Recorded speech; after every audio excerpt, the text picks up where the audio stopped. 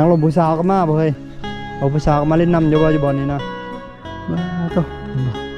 พุ่งคักไม่พุ่งนี่นะ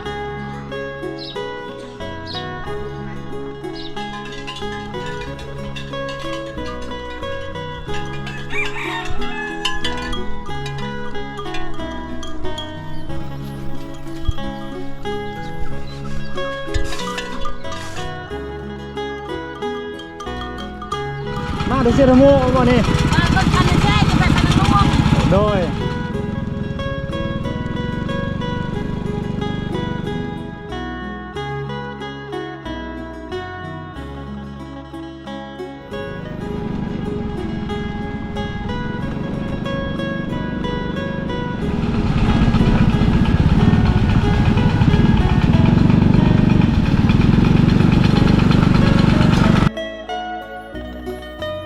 บ้านมันพุ่งว่านี่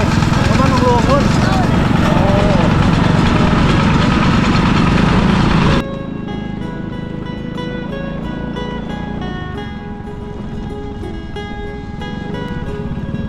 เดี๋ยวนี้เขามาตั้งเฮือนล่อถ้าคิดอยากรักษาส่วนอยาก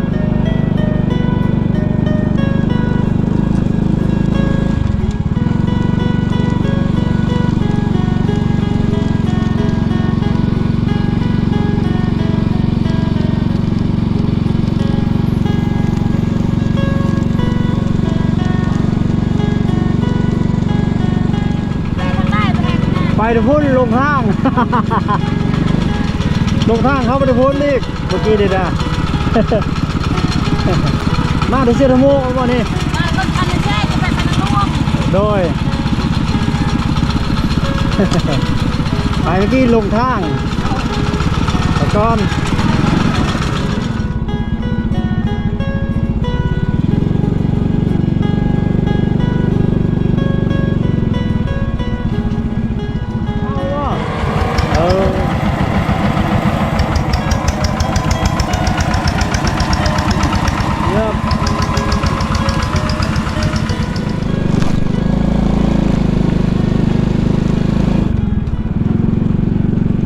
บ้านหนองหลวง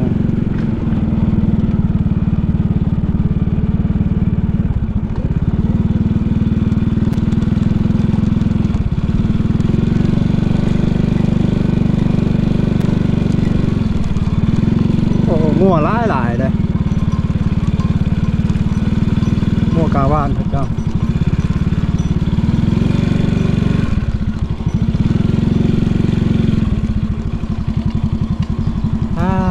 สบายดีผู้บ่าวใส่บ้าน พากันเฮ็ดยังอยู่นี่นั่งร่มกันเนาะหลังจากที่ลุยมาขี้ตมเต็มตีน ปอสลีมาล้างนี่อ้องแห้งน้ำเนาะอ้องแห้งคักอยู่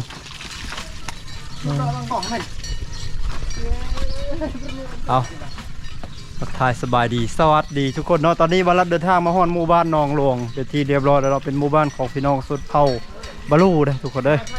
หมู่บ้านนี้ก็ถือว่าเป็นอีกหนึ่งหมู่บ้านที่ว่าห่างไกลจากความเจริญกว่าแม่นเนาะอยู่เขตชนบทอีกแห่งหนึ่งของเมืองพีนแขวงสวรรณเขตทุกคนเลยบรรยากาศภายในหมู่บ้านนี้ก็จะเป็นประมาณนี้เนาะเป็นหมู่บ้านของพี่น้องชนเผ่าบาลูอยู่ในหมวดหมู่ของแถวนี้ก็คือซีเมนเผาตรีแต่เบิ่งเนาะแต่บริสอบถามแต่ว่าทางที่6ก็คือสดเผาบลูเนาะเป็นหมู่บ้านที่ว่ากว้างเติบได้หมู่บ้านนี้น่าจะ40หลังคาเฮือนพวกกว้างมันทนเลยทุกคนเนาะสังเกตเบิ่งเอาไฟฟ้าในบางหลังเฮือนก็เอาเข้าบางหลังเฮือนก็บ่ได้เอาเข้าเนาะ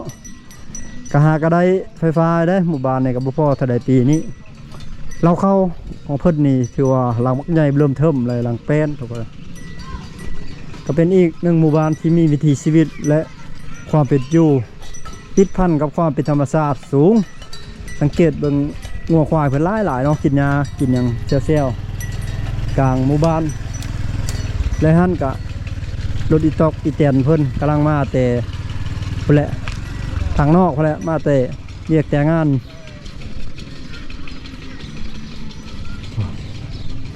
จะพาทุกคนเลาะเบิ่งบรรยากาศวิถีชีวิตภายในหมู่บ้านเนาะอันนี้โบโฮปลูกยังไง หลายหมู่บ้านก็หลายสิ่งหลายอย่างหลายอันแปลกหูแปลกตาทุกคน อันนี้น่าจะเป็นว่านอันนี้ว่านป้องกันนั่นนี่แหละมาเสียบไว้อยู่นี่เราก็บ่ฮู้คือกันว่าสาเหตุหยังจึงมาปาไว้อยู่นี่เนาะอาชีพหลักๆของคนภายในหมู่บ้านนี้เนาะอาชีพหลักของคนภายในหมู่บ้านนี้ก็คือการเฮ็ดนาเลยคนเฮ็ดนาเฮ็ดสวนเนาะแล้วก็มีอีกจุดหนึ่งเนาะที่ขี่รถผ่านมาคือสวนยางพารานั่นก็คือของบริษัทของคนเวียดนามเนาะแต่ว่าคนในหมู่บ้านนี่ก็มีเวียกเฮ็ดงานทำอยู่ได้ยามเวลาว่างๆก็ไปรับจ้างขี้ยางขี้หยังเนาะก็บางคนก็มีอาชีพการเลี้ยงสัตว์เลี้ยงหยังอะไรปลูกผังพอได้มีรายรับจุนเจือครอบครัวเนาะก็พอได้แก้ไขหลังจากว่างๆเนาะก็ไปขี้ยางขี้หยังเนาะแล้วก็ผู้คนในหมู่บ้านนี่ตอนนี้นี่เงียบๆเลยตอนนี้เวลา10 โมงปลาย11 โมงกลางเว้นแหละเขาจะไปให้ไปสวนมดตาเบิงเนาะเดี๋ยวจะเลาะเบิงบรรยากาศแต่ยังมีอย่างแน่ให้เป็นตาศึกษาเฮียนฮู้เที่ยวชมนำกันทุกคนได้ตัวนี้เฮ็ดบอลอิงนี่เนาะตัวนี้เฮ็ดบอลอิงตัวนี้เฮ็ดบอลนั่งนี่นั่งลมผู้สาวก็มาบ่เฮ้ยเอาผู้สาวก็มาเล่นน้ำอยู่บ่อยู่บอลนี่นะตัวนี้โคกเนาะอันนี้ความลงไปแล้วโคกตามเข้า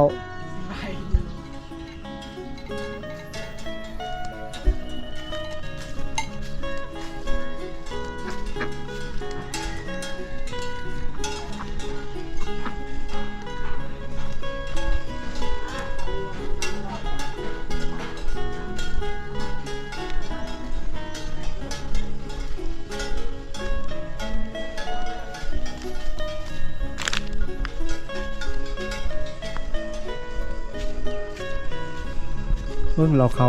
สูงเลยแต่นี่เป็นเขตทงเพียงผู้เพียงเป็นผู้เพียงพี่น้องเอ้ยจะเป็นผู้เพียงเขตนี้เขาเลยเฮ็ดให้เฮ็ดหน้าได้กว้างผู้คนนับถือผีเลยส่วนหลายวัดบ่มีเลยพี่น้องเอ้ยบ่มีวัดเนาะสุขศาลาต้องออกไปนอกคนเป็นเจ็บเป็นใครต้องไปสุขศาลาอยู่นอกพุ่นเพื่อรับการปีนปัว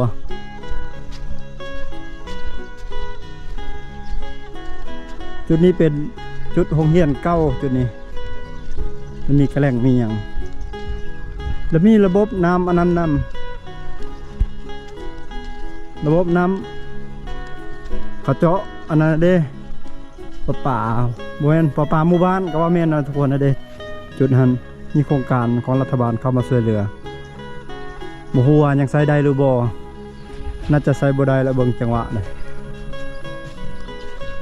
บ้านกว้างว่าได้อ้อมรอบด้วยทุ่งนาแถวนี้แล้วก็ป่ายางพาราแล้วก็ป่าดง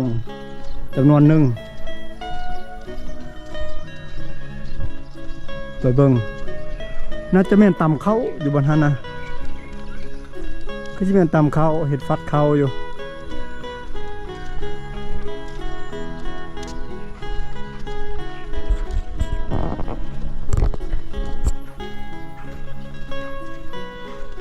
หมู่บ้านเงียบสงัดคักอะไร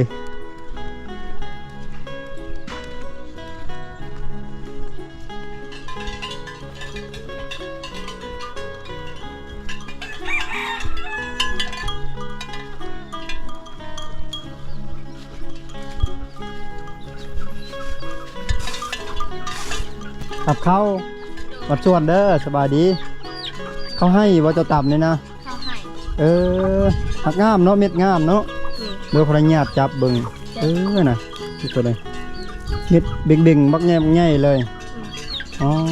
อจังเฮ็ดให้ท่านี้เนาะมีบ่เฮ็ดใส่เนาะบ่ให้แม่เฮาอยู่บ้านนะแม่ บ้านใด บ้านขนมจะหาเอา มันนาคานงคนจะไปเอาโพยบ้านนาคานง บ่เฮาบ้านน้องไปหาเอาผัวอยู่บ้านนางหลวง อ๋อโดยบ้านเจ้าเลยอยู่บ้านนาคานงเนาะแล้วมาเอาโพยอยู่บ้านนี้โดยน้องหลวงนี่โอ้อันห้องเฮียนนั้นอยู่ใส่ห้องเฮียนนะอยู่ว่างใดห้องเฮียนนะ โรงเรียนบ้านนางหลวง โดย ส่วนอยู่ที่ทุ่งเลย โอ้ทางเหนืออยู่แต่ห้องใดห้องใดห้องเฮียนนี่ จักไปหาบ่ได้ไปเนี่ย โดยแต่ว่าอยู่เทิงวันเนาะอ๋อยังเงาไปพุ่นเนาะบ้านนี่เนาะ ยังยากคุณแม่ โดยประมาณจักหลังเฮือน 2 ลำนี่แหละ 2หลัง โดย โอ้เฮือนหลังนั้นเขาเจ้ามุ่งอันนั้นเนาะยังมุ่งแปลนมุ่งภาคเนี่ยเนาะ โดย โอ้คักหาเบิ่งได้ยากเลยส่วนหลายไผก็มีเฮือนแปลนมัดบ้านเฮาเนาะสิแล้วบ่โหดนะโหดเขาอ่ะแล้วบ่ ยัง ยังเนาะ ยังเข้าหน้านั้น โอ้โดยต้องยังเข้าหน้าบัดนี้เนาะไปเกี่ยวแล้วไปใส่หมดคนมิสมอย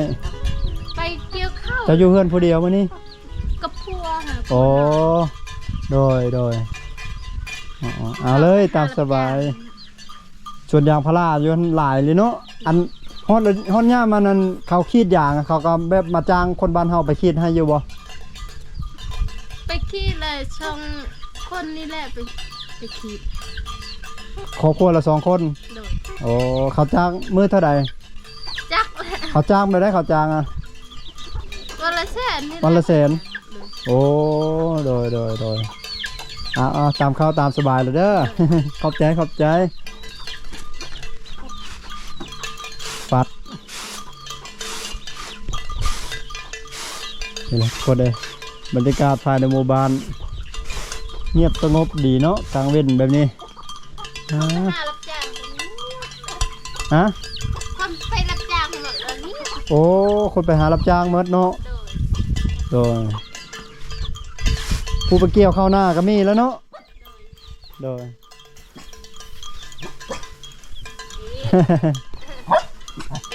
เข้าดี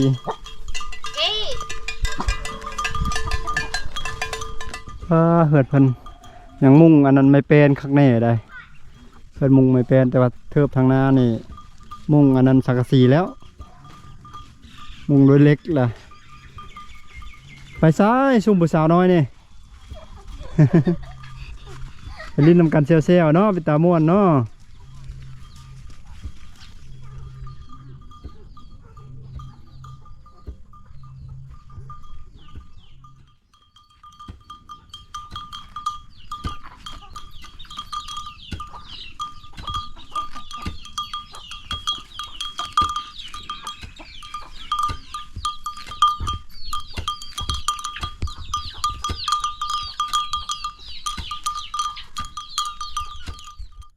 ขออนุญาตเจ้าของเฮือนหลังนี้เจ้าของบ้านหลังนี้ทรงลาวดังเดิมนี่ละทุกคนเลยมุงด้วยอันนั้นฝากไม้พุ่งหาเบิงเริ่มได้ยากแล้ว จุดนี้คือน้ำบาดาลประจำชุมชนเนาะทางโครงการของทางรัฐบาลมาเจาะให้ ถ้าเป็นแบบนี้เป็นรูปแบบนี้ถือว่าเป็นรัฐบาลเป็นผู้เฮ็ดให้รถคันแบบนี้แล้วทุกคนเลยมาช่วยเหลือชุมชน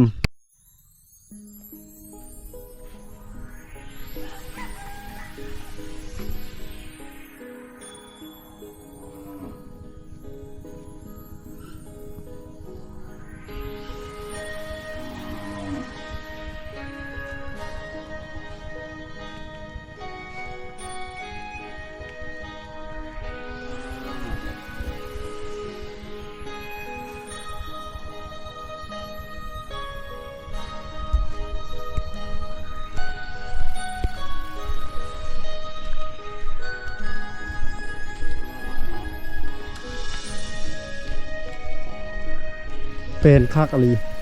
เดินบานเพิ่นทุกคนเลยเป็นคักขนาดเลย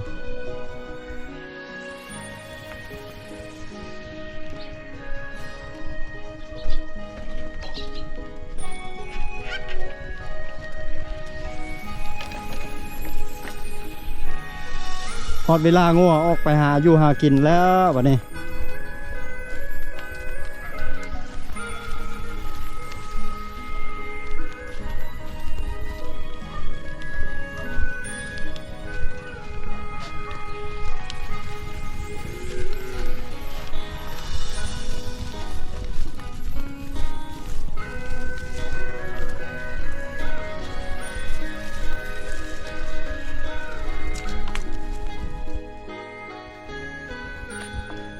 แต่ละครอบครัวส่วนหลายก็มักเฮ็ดหัวล้อมบ้านล้อมเฮือนเจ้าของแล้ว สบายกัดบ่ให้งัวให้ควายของอีฝ่ายไปหากันเดินบ้านแปลนคัก งัวกินให้งัวแล้วไหมสบายดีเด้อ โอ้เจ้าลงมาฮอดพี่ไว้เนาะบาสลีเนาะไว้อลี่ฮอดพี่ ถ่ายแล้วตาดูมา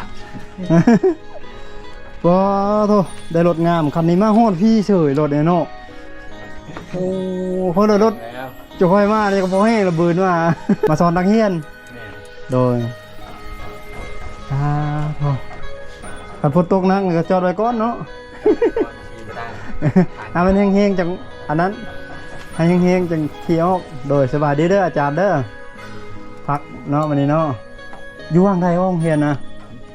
ยังเหนืออยู่หันเนาะแต่ห้องใดห้องใดอาจารย์ ข้อหนึ่งฮอดข้อหาแต่เรามีเดี๋ยว2 เรียน โดยโอ้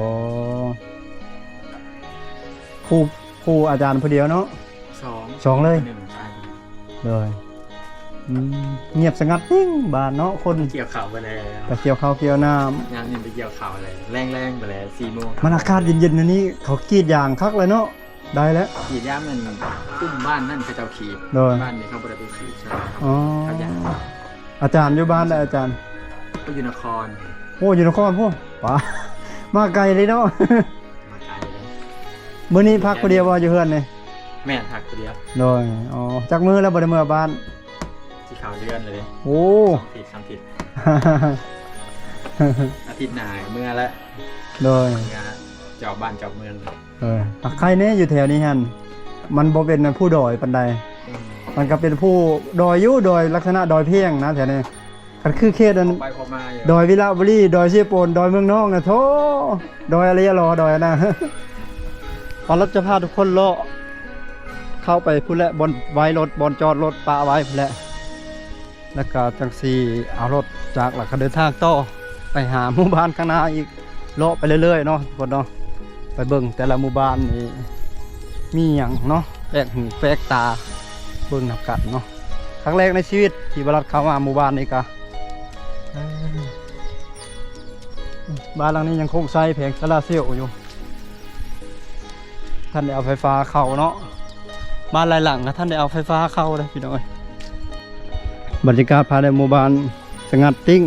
เงียบกิ๊บทุกคนเลยเห็นคนดามคน2 คนเดี๋ยวเลาะไปโซนนั้นอีกใจกลางพอละไฟฟ้าบนขวานี่รถวันละจอดอยู่พุ่นแต่บางบ้านยังโถงเข้าไปในพุ่นแต่ไปเบิ่งทางนี้ไปตาคักอยู่แล้วทางนี้ได้วิถีชีวิตความเป็นดังเดิมความเป็นธรรมชาติของหมู่บ้านก็สิประมาณนี้ทุกคนเลยสังเกตเห็นเฮือนนี่ยังมุ่งไม้นี่มุ่งโดยไม้ภาคไม้พุ่งนะเขาตัดเอาไม้พุ่งมาแล้วก็ซับ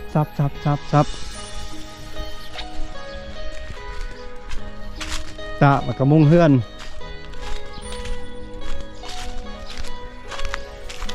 โอ้อยู่นี่มีเฮือนหลังนึงเนาะตีนกระไดย่างอยู่นี่เขาเทปูนข้างในเลยแต่ว่ามางแล้วเนาะถึกมางเรียบร้อยเลย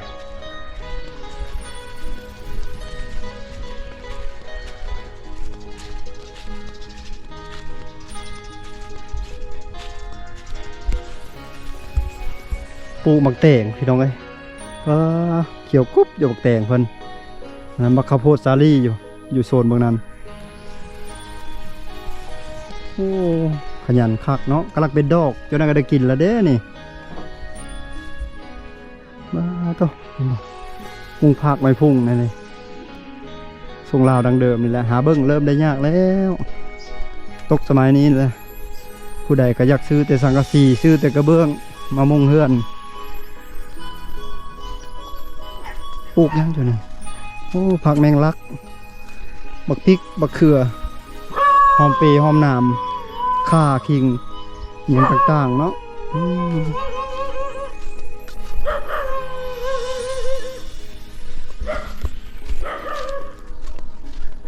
โอ้ทงหน้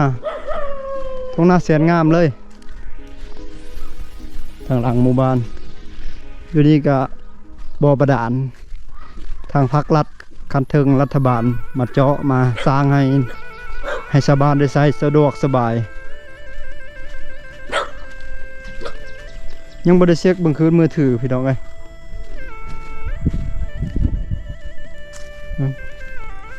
ได้อยู่ CG อยู่ฮักบ่อยากปานใดแล้ว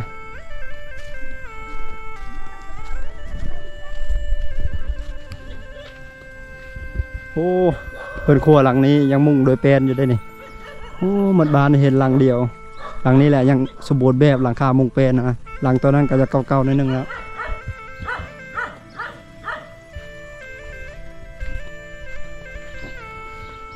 โอ้ตัวทาสีคักเลยเฮือนแปลนเฮือนไม้หลังนี้